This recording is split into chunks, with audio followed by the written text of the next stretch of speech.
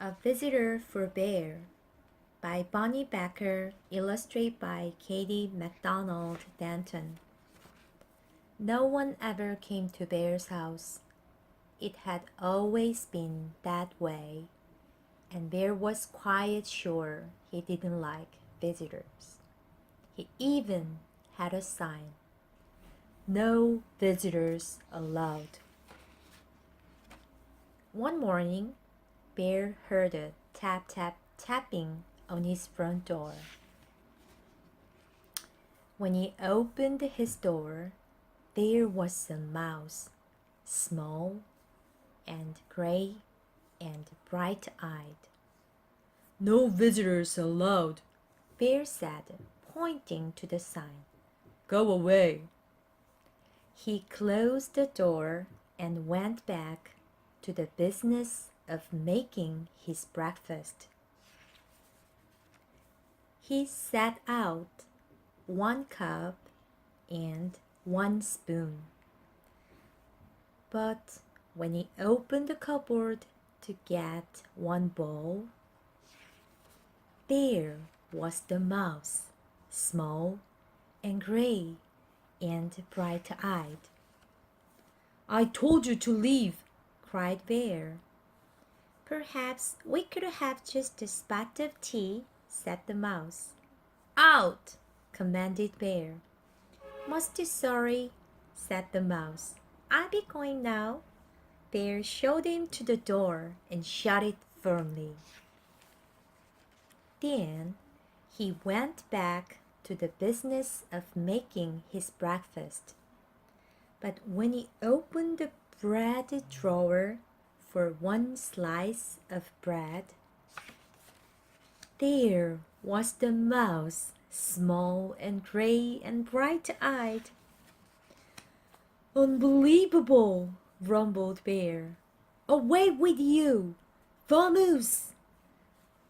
"I do like a bit of cheese," said the mouse. Bear pointed a rigid claw toward the door. "Yes, then, here I go," said the mouse. "Farewell!"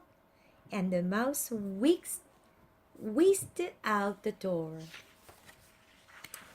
This time Bear shut the door very firmly and locked it tight. He locked the windows too, for good measure.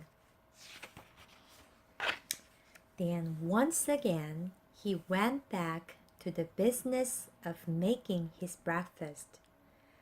But when he opened the fridge to get 1 egg, there was the mouse, small and gray and bright-eyed, of course. "Be gone!" roared Bear. "A crackling fire?" ventured the mouse. "This is impossible, intolerable, insufferable!" cried Bear, shaking with anger and disbelief. "Terribly sorry," murmured the mouse. "Now you see me, now you don't. I'm gone." And the mouse looked very sorry indeed, while he waited for Bear to unbolt the door and let him out again. This time, before he went back to the business of making his breakfast, Bear shut the door very, very, very firmly, locked it, boarded the window shut, stopped up the chimney, and even plugged the drain in the bathtub. Carefully, Bear set about the business of making his breakfast. He opened the cupboard, no mouse. Oh, he opened the bread drawer, nothing. Phew. He opened the fridge, mouse free. Yes, indeed. He lifted the lid to the tea kettle. There was the mouse, small and gray, and well, you know the rest. Bear fell to the floor and wept. "I give up," he blubbered. "You win. I'm undone." "So sorry," said the mouse, "but perhaps If I could have just a bit of cheese and a cup of tea, and do you think we could unstopper the chimney and have a nice fire? Bear blew his nose with a loud honk. But then you must go. He sniffled. No visitors allowed. You have my word, said the mouse. Bear unshuttered and unboarded the windows, unlocked the door, unstoppered the chimney, and unplugged the drain. He brought out 2 plates of cheese and 2 teacups, and he made a crackling fire in the fireplace for 2 sets of toes. The mouse burned his feet and nibbled and sipped. Bear did too. They sat for a long while. The clock in Bear's house tick-tock, tick-tock, tick-tock, ticked loudly. Bear cleared his throat. The mouse looked most attentive. No one had ever been most attentive to Bear. The fire is nice, Bear announced. Lovely, said the mouse.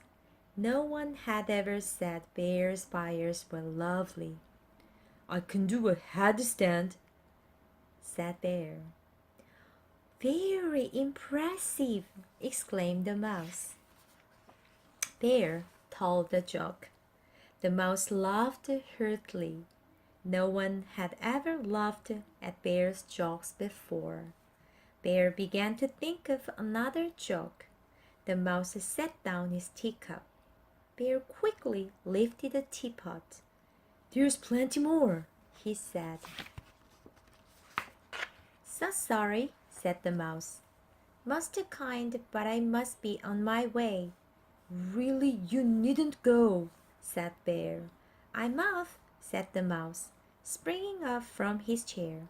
Wait, cried Bear.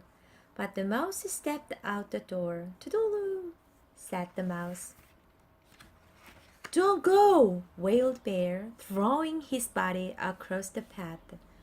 But I gave you my word, said the mouse, pointing at the no visitors sign. Oh, that, cried Bear, pulling down the sign and tearing it up. That's for salesmen, not for friends. Not for friends? Asked the mouse, small and gray and bright-eyed. Bear nodded. The mouse's bright eyes glowed brighter. Bear smiled. Do you like one lump or two? Said Bear most politely. I like two, said the mouse, and Bear agreed.